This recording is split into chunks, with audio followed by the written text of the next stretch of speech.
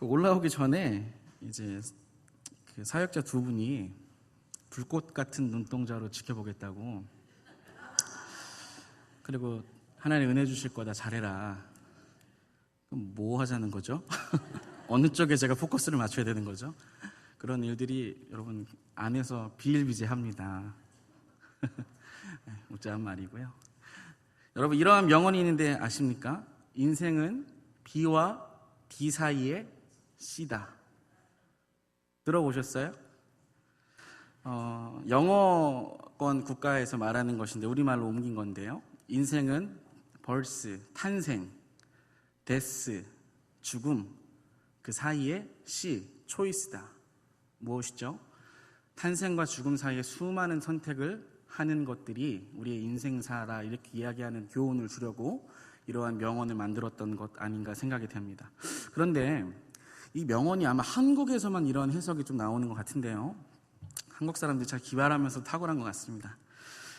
이걸 어떻게 해석을 했냐면요, 인생은 탄생과 죽음 사이에 C, 치킨이다, 이렇게 얘기를 했는데, 그러니까 치킨을 시킬 것인가, 시킨다면 어느 브랜드에서 시킬 것인가, 어떤 치킨을 먹을 것인가 라는 고민들에 있어서의 선택을 어떻게 할 것인가, 이런 내용으로 새롭게 해석을 한 것 같은데, 고민이 많이 될 만한 질문이겠죠. 저희 나라같이 치킨을 많이 먹는 나라가 없으니까요.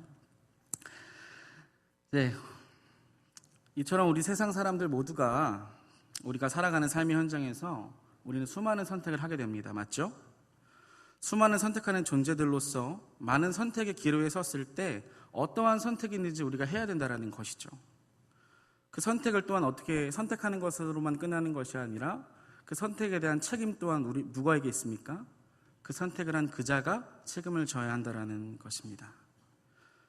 그런데 문제는 이러한 선택을 하는 데 있어 어떠한 기준과 어떠한 가치관을 가지고 선택을 해야 될지를 모른다는 것이죠. 그러니 많은 사람들이 안정적인 것을 추구하지 않겠습니까?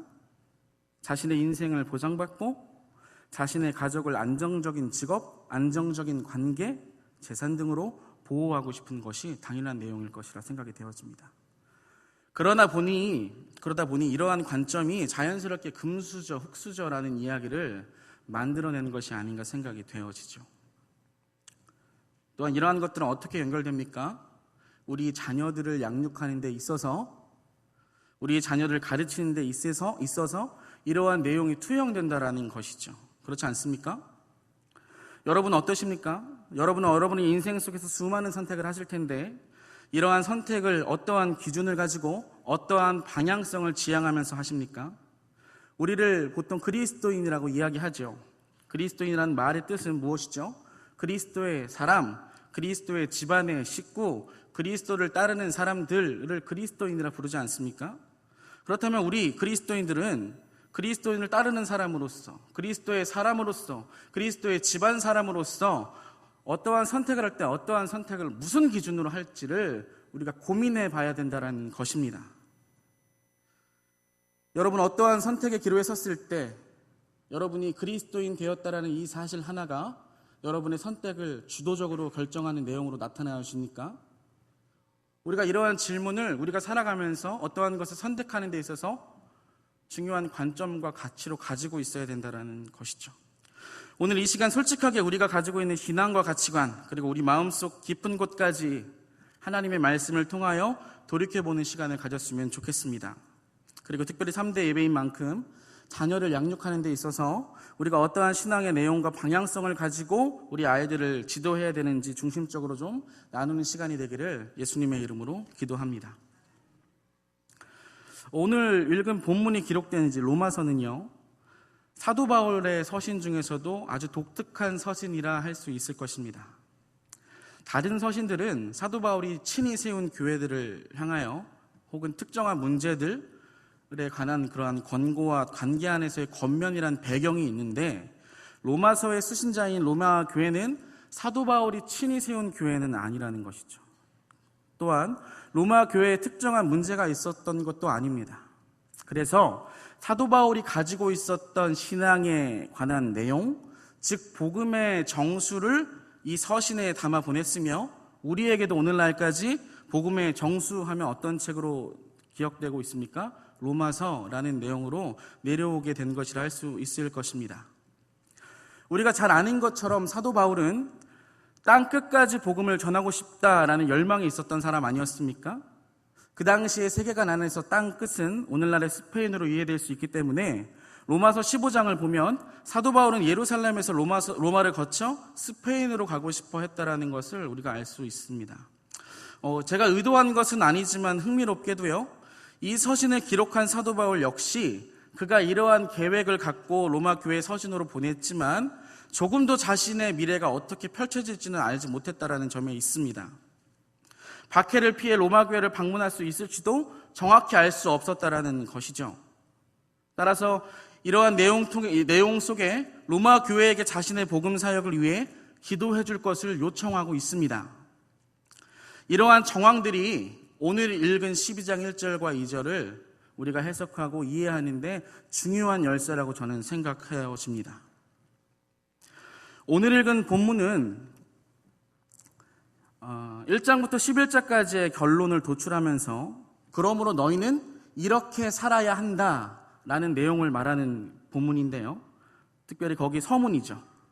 특별히 사도 바울이 전하는 내용 중에서 6장과 8장까지 이제 성화에 대한 내용을 다루는데 그 성화에 관련된 내용의 실천적인 권면이 12장부터 나온다 할 수 있을 것 같습니다. 여러분, 성화에 대한 우리가 이해를 조금 할 필요가 있는데 제가 여쭤보겠습니다. 성화의 기초가 무엇입니까? 우리가 성화되어야 될 존재라는 것은 인정하시죠? 성화되어 가고 계시죠? 그럼 그 성화의 기초가 무엇이죠? 로마서의 표현으로 보면 바로 그리스도와의 연합입니다. 성화의 기초는 무엇이라고요? 그리스도와의 연합이라는 것이죠. 그리스도의 죽음과 부활의 능력 안에서 그리스도와 연합했다라는 이 사실이 우리의 성화를 결정하고 시작한다라는 것을 로마서를 통해서 사도 바울이 이야기하고 있는 것입니다. 로마서 6장 4절을 한번 읽어볼까요?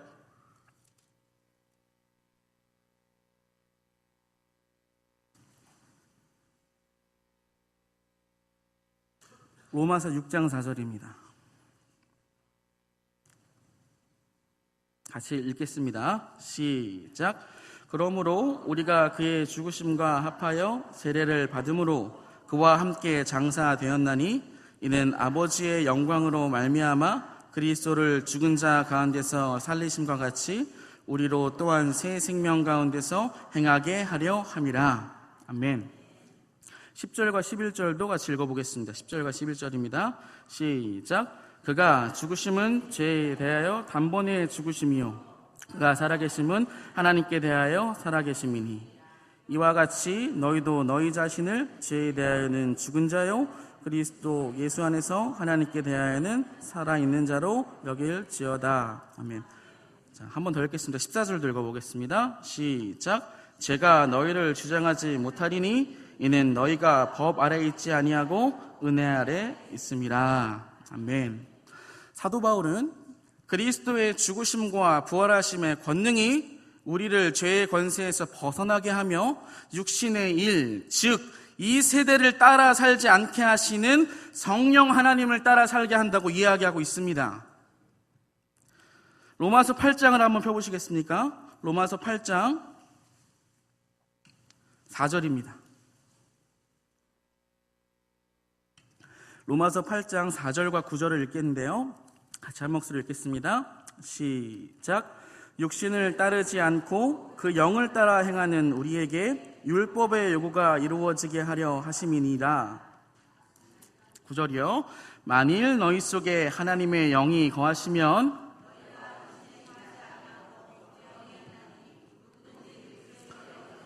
그리스도의 사람이 아니라. 아멘. 지금 무엇을 말하고 있습니까? 우리가 예수 그리스도를 믿는 믿음 안에서 그리스도와 연합했는데 그 연합 속에서 무엇이 일어나냐면 바로 우리 안에 내주하시는 성령을 따라 살 때에 하나님의 율법의 요구가 우리 삶 가운데 이루어지는 것이다라고 말씀하고 있는 것이죠. 이러한 관점에서 성화의 기초는 무엇이라고요? 그리스도와의 연합이라는 것입니다. 이러한 기초 안에서 12장을 읽어내야 된다는 것이죠. 12장 한번 펴보시겠습니까?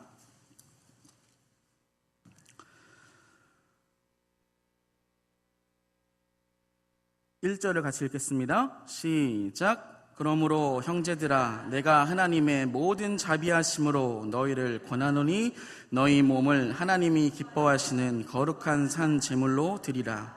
이는 너희가 드릴 영적 예배니라. 아멘. 사도 바울이 성화에 대한 권면, 특별히 로마서 전반적인 문맥 안에서 12장부터 나오는 권면을 말할 때 이렇게 이야기하고 있습니다. 형제들아 내가 하나님의 모든 자비하심으로 너희를 권한다. 무엇이죠? 그 다음에 너희 몸을 하나님이 기뻐하시는 거룩한 산제물로 드리라. 여기서 말하는 몸은 어떠한 것일까요? 우리가 갖고 있는 이 육신을 말하는 것 맞습니다. 근데 이 몸을 조금 이해하려면 우리가 방금 전에 읽었던 그 본문으로 좀 돌아가 봐야 되는데 6장 한번 가보시겠어요? 다시 한번요. 6장 13절을 보겠습니다. 6장 13절이요.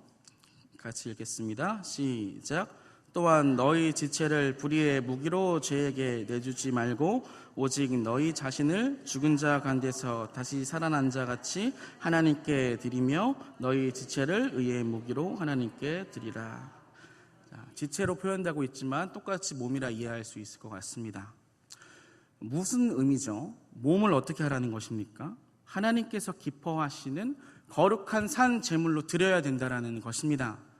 6장 13절에서 이해를 조금 더 가져와 보면 우리의 몸을 어떻게 하냐고 하냐면 죄에게 내주지 말라는 것입니다. 죽은 자 가운데서 살아나신 분처럼 하나님께 너희의 몸을 드리라는 것입니다. 죄의 몸이 이미 예수 그리스도와 연합함으로 멸망했기 때문이죠. 그렇다면 산 제물이라는 것은 무엇입니까? 영생을 얻은 자로서 그 앞에 수식어가 붙은 것처럼 하나님이 기뻐하시는, 여기서 거룩한이라는 것이 바로 저와 여러분이 좀 기억해야 될 신자가 살아가는 가장 기초적인 원리라는 것이죠. 하나님을 기쁘시게 하는 삶을 살길 원합니다라고 고백하는데 우리의 몸을 어디에 지금 내주고 있냐면 죄에게 내주고 있다는 것입니다. 하나님의 뜻을 원한다, 구한다 하면서 우리의 몸을 하나님께서 기뻐하시는 몸이 아니라 이 시대가 강조하고 있고 말하고 있는 그 죄요. 요한일서 2장 16절에 보면 육신의 정욕, 안목의 정욕, 이생의 자랑을 향해 몸을 던지고 있다는 것이죠. 그것을 지금 무엇을 하라는 것이죠? 그만둔 것이 그리스도와 연합한 것이다 라고 이해하고 있는 것입니다. 우리의 몸을 죄의 죽은 자로서 그리고 영생, 하나님의 나라의 뜻을, 그 기뻐하시는 뜻을 이제 알고 살아갈 수 있는 그 믿음의 고백을 향해 우리의 몸을 내어주라는 것이죠. 지금까지 살아왔던 사고방식과 윤리적인 기준을 이제 버리라는 것입니다. 예수 그리스도를 믿는다라는 것은 이제 우리가 이생의 자랑, 안목의 정욕, 육신의 정욕과는 걸발한 몸으로 인정하고 하나님의 기뻐하시는 그 뜻을 따라 우리의 몸을 주는 것이 바로 믿음의 세대들이 해야 될 내용이라는 것입니다. 그 이야기를 지금 사도 바울이 너희가 성화에 대한 내용이 이렇게 실천되어야 된다는 것을 12장을 통해서 말씀하고 있는 것이죠. 여기서 말하는 12장 1절에 보면 너희가 드릴 무엇이라고 이야기하고 있습니까? 영적 예배니라. 이 영적이라는 말이 저희 그리스도인들이 자꾸 오해가 가는데 여러분, 이 여기서 말하는 영적은 신령한 것이라는 의미가 아닙니다. 합당한 예배라고 번역할 수 있을 것 같아요. 그러니까 무엇이죠? 너희의 몸이 이제는 죄에게 내주지 않고 죽은 자 가운데 살아나신 그분처럼 하나님께 드리는 것이 바로 하나님께서 받으실 만한 합당한 예배라는 것입니다. 그러니까 받으실 만한지 합당한지를 너희가 고민해야 된다는 것이죠. 영적 예배하니까 자꾸 신령한 예배라고 생각하는데 어떤 것이 신령한 것이죠? 자기 기준에서 신령하다는 것을 판단 지을 수 있습니까? 그렇지 않습니다. 여기서 말하는 예배는 하나님께서 받으실 만한 받으심직한 예배를 드리라는 것이죠. 그것이 바로 우리의 몸을 하나님께서 기뻐하시는 우리 신자의 기초인 거룩한 대로 우리가 나아가는 대로 우리 몸을 주라는 것입니다. 믿으십니까? 2절 보겠습니다.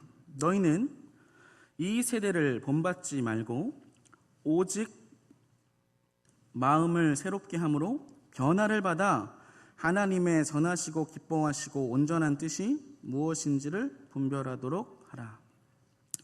사랑하는 성도 여러분, 그리스도의 사람, 그리스도 집안의 식구, 그리스도를 따르는 사람은 하나님께서 기뻐하시고 온전한 뜻이 무엇인지 분별하면서 삽니다. 우리 마음대로 살지 않는다고요. 내 뜻대로 살지 않는다고요. 죄의 영역이 나를 주도하게끔 내버려 두지 않는다고요. 그러한 삶이 우리가 하나님께 드릴 합당한 예배라는 것입니다. 그러니 여러분 생각의 그 기준을 조금 더 넓히셔야 되는 것이죠. 이 자리에 앉아 있어도 예수님께서 말씀하신 것처럼 알곡과 가라지가 있을 수 있습니다. 바라기는 저와 여러분 모두가 다 하나님께서 예정하시고 우리를 예비하신 하나님의 자녀로서 인정되기를 간절히 바랍니다.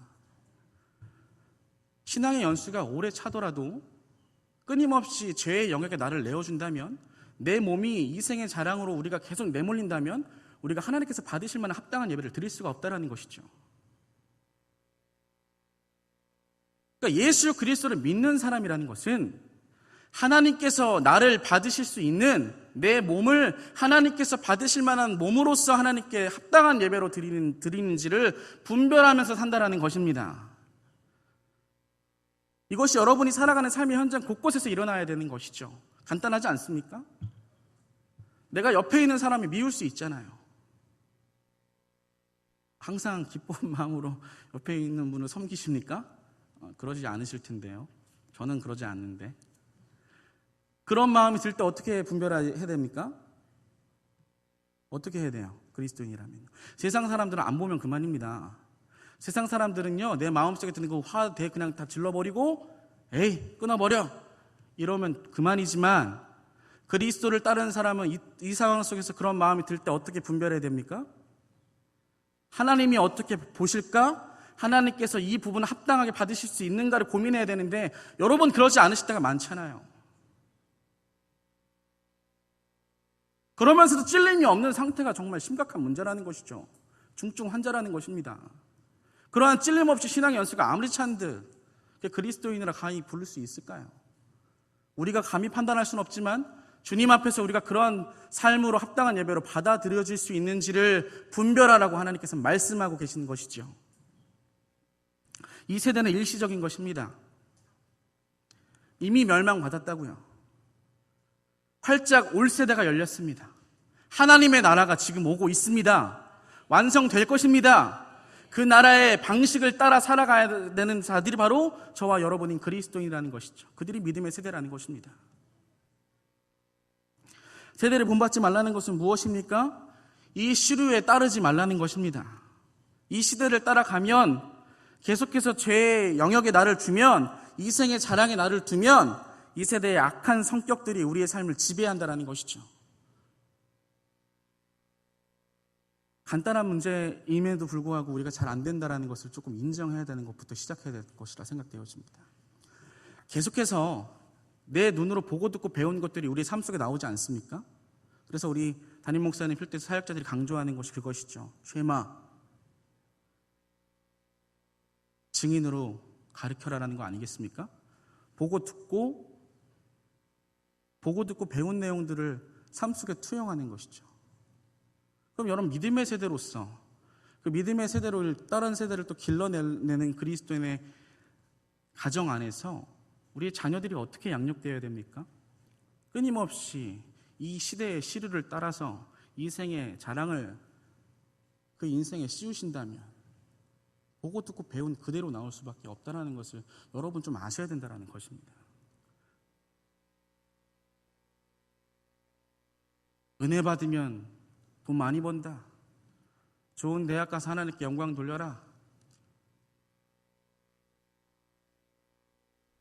그런 선택을 계속 하다 보면 그런 선택을 계속 할 수밖에 없는 사람이 만들어지는 것이죠.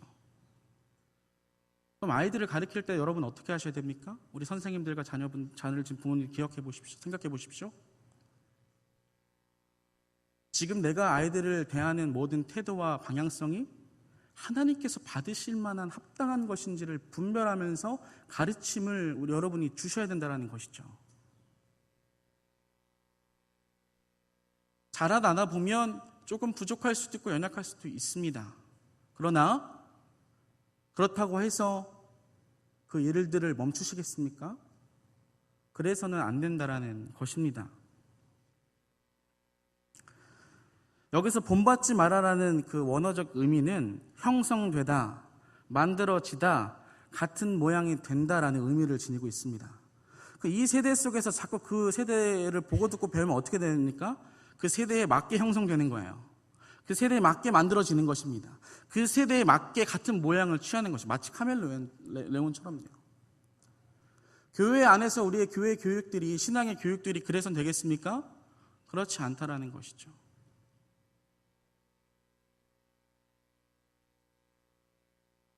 오직 마음을 새롭게 함으로 변화를 받는 것은 일시적인 것이 아니라 우리가 하나님의 나라에 들어갈 때까지 매일매일 매 순간순간 일어나야 되는 것입니다. 오직 마음을 새롭게 함으로 변화를 받는 것, 그것이 저와 여러분이 그리스도인으로서 믿음의 세대를 길러내는 자녀를 지닌 부모와 어른으로서 앞선 세대로서 마땅히 자녀에게 주어져야 된다는 것이죠.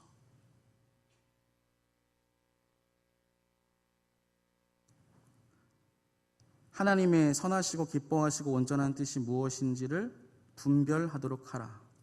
여러분, 분별이라는 것이 무엇입니까? 가장 기본적인 것은 인정하는 거예요.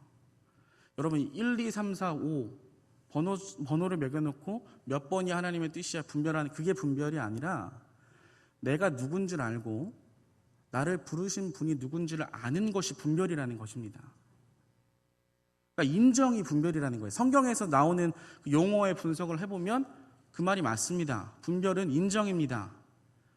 내가 믿음으로 말미암아 하나님 나라의 백성이 되었다라는 것을 믿고 인정한다라는 것은 이 세대의 풍조를 따르지 않고 시류를 따르지 않고 하나님 나라의 방식을 쫓아 살아가겠습니다라는 고백에 담겨진 내용이라는 것이죠.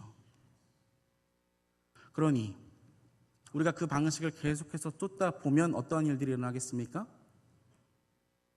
당연히 성화가 일어날 수밖에 없는 것이죠. 성화란 무엇입니까? 그리스도의 연합으로 말미암아 그리스도를 닮아가는 것일 것입니다. 기도를 많이 하셔도요, 어떤 분이 지금 여기 모임 안에 들어오시면 분위기가 이상해질 때가 있지 않습니까? 기도를 정말 많이, 우리 교회 누구를 말씀드리는 것이 아니라 기도를 정말 많이 하시는 분인데 저희 신학교에도 그런 분들이 계세요. 기도를 정말 많이 하시거든요. 근데 그분 마음은 이상하게 분위기가 이상해져요. 불편해. 막 정죄당하는 느낌이고. 기도 그 정도에서 되겠어? 뭘 말하려고 하는지는 알겠는데 계속 얘기하고 싶을까요? 그러니까 기도한다라는 것은, 기도는 하나님의 뜻이지만 기도를 얼만큼 하는 것은 적용이죠. 3시간 한 사람이 1시간 한 사람한테 너 2시간 못했으니까 넌 나보다 아래야, 이러한 인식이 있다면 여러분 잘못 가고 있는 것이죠. 성화된다라는 것은 어떠한 자리에 가든지 그리스도를 따라 분별하면서 내가 무슨 말을 옮겨야 되는지 아는 사람이라는 것입니다. 누가복음 12장 펴보겠습니다.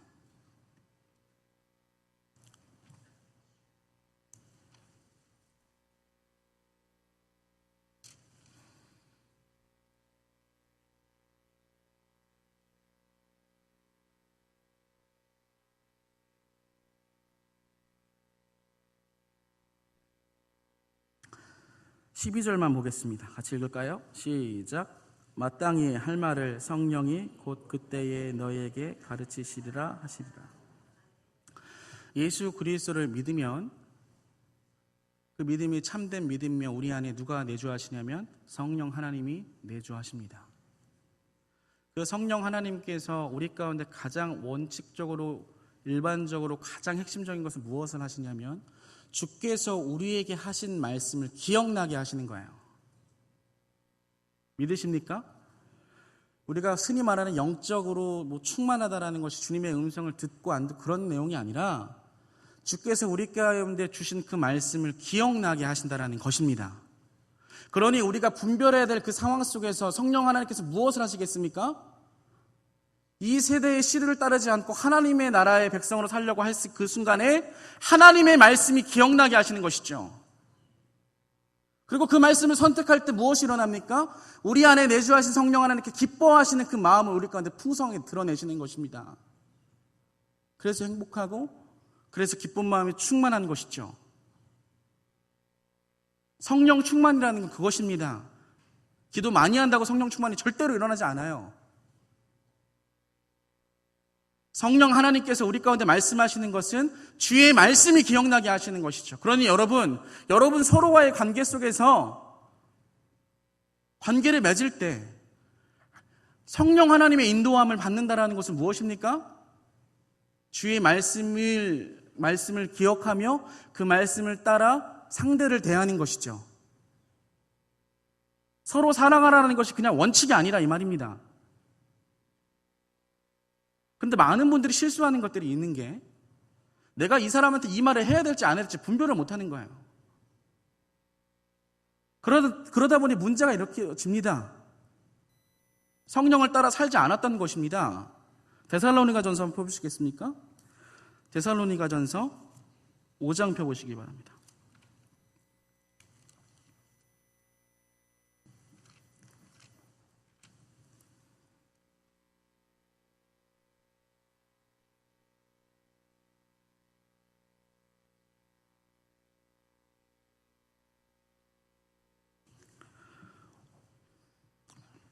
오 5장 19절 한번 읽어보겠습니다. 우리 방금 10월 달에 암송했던 말씀 바로 뒤인데 19절 한번 읽어볼까요? 시작. 성령을 소멸하지 말며. 네. 성령을 어떻게 하려 하십니까? 소멸하지 말며. 성령님이 떠나신다라는 게 아니라 성령을 소멸하지 말라는 것은 성령 하나님께서 우리 가운데 주의 말씀을 가르쳐 주실 때 그 말씀을 따라가지 않으면 어떻게 된다고요? 성령이 소멸되는 거예요. 그러다 보니까 육신의 정욕이 계속 올라오는 것이죠. 그걸 따라가다 보면 성령님의 그 말씀의 기억나심과 인도하심을 바르게 반응하며 따라갈 수 있을까요? 절대로 없습니다. 그러니까 성화는 그리스도와 연합된 그 속에서 하나님의 뜻을 따라 분별하며 살아갈 때 일어나는데 그것이 우리 가운데 더 성령 하나님을 따라 하나님의 뜻 가운데 들어갈 수 있게끔 인도하는 장치라는 것이죠. 이 연관관계를 여러분 이해하셔야 된다는 것입니다. 순종하실수록 하나님의 뜻이 더욱더 분명하게 보이는 것은 우리 안에 내주하신 성령님께서 주의 뜻을 우리 가운데 밝히 들여 보여주시기 때문인 것입니다. 그러니 저와 여러분이 신앙생활 할 때, 또 자녀를 가르칠 때, 양육할 때, 각자의 자리에서 사역할 때 우리가 성령을 소멸하고 있는 것은 아닌지, 믿음의 세대로서 이 세대의 풍조를 따라 서로를 짐지우는 것이 아니라 하나님의 나라의 방식을 따라 하나님께서 기뻐하시고 온전하신 뜻을 분별하며 그러한 일들을 순종하며 나아가는 것인가, 그것으로 성화의 내용이 결정된다는 것이죠. 순종할수록 성화되는 것이, 성화될수록 순종하는 것은 똑같은 것입니다. 그러니 사랑하는 성도 여러분, 참된 신자는 자리로 나타나지 않습니다. 절대로 그렇지 않습니다. 사역자라고 한들 성화가 일어나지 않을 수도 있습니다. 주의 뜻이 저와 여러분의 인생에 이루어지길 원하십니까? 그렇다면 마음을 새롭게 함으로 변화를 받으셔야 됩니다. 주의 말씀을 들으셔야 된다고요. 성령 하나님께서 내 안에서 주의 뜻을 밝히 보여주실 때 그 뜻을 따라 순종하십시오. 그걸 무시하지 마시라 말입니다. 아닌 것 같으면 하지 마세요. 이게 아니다라고 생각이 들면 그 생각을 내려놓으시고 그럼 주의 뜻을 쫓아 해보십시오. 그래야 성숙한 그리스도인이 됩니다. 나를 내세우다 망할 수 있는 것이죠. 그래서 하나님의 말씀이 디모데후서 3장 15절에 무엇을 말씀하십니까? 바르게 함과 의로 교육하기에 유익하다 말씀하시는 것입니다. 사랑하는 성도 여러분, 저와 여러분은 믿음의 세대입니다. 우리 자녀들도 믿음의 세대로 하나님께서 인도하실 줄 믿습니다. 그때 그냥 가만히 앉아 있는다고 그러한 일들이 일어나는 것이 절대 아닙니다. 방금 본문에서 말씀하셨던 것처럼 어떻게 하라고요? 12장 1절 다시 한번 읽어볼까요? 1장 2절이요.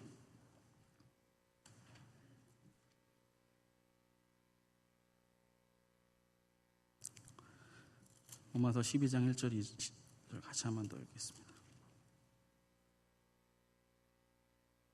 같이 읽겠습니다. 시작. 그러므로 형제들아, 내가 하나님의 모든 자비하심으로 너희를 권하노니 너희 몸을 하나님이 기뻐하시는 거룩한 산 제물로 드리라. 이는 너희가 드릴 영적 예배니라. 너희는 이 세대를 본받지 말고 오직 마음을 새롭게 함으로 변화를 받아 하나님의 선하시고 기뻐하시고 온전하신 뜻이 무엇인지 분별하도록 하라. 너희의 몸을 죄의 영역에 주지 말고 하나님께서 받으심직한 예배로 나아갈 수 있게끔 하나님의 말씀을 따라 살아가라.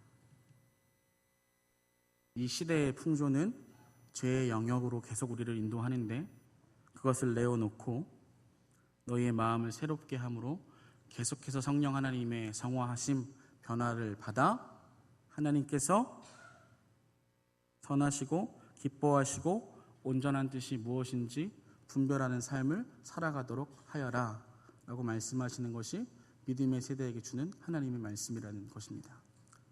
여러분, 들은 것으로 신앙생활 하지 마십시오. 주의 말씀을 따라가십시오. 주의 말씀으로 따라갈 때 이것이 아니다라는 생각이 들면 하지 마십시오. 성령을 소멸하지 마시며 주의 뜻 가운데 이 세대를 분별하며 하나님의 뜻을 따라 살아가시는 수원성축교회 모든 성도님들 되시기를 예수님의 이름으로 기도합니다.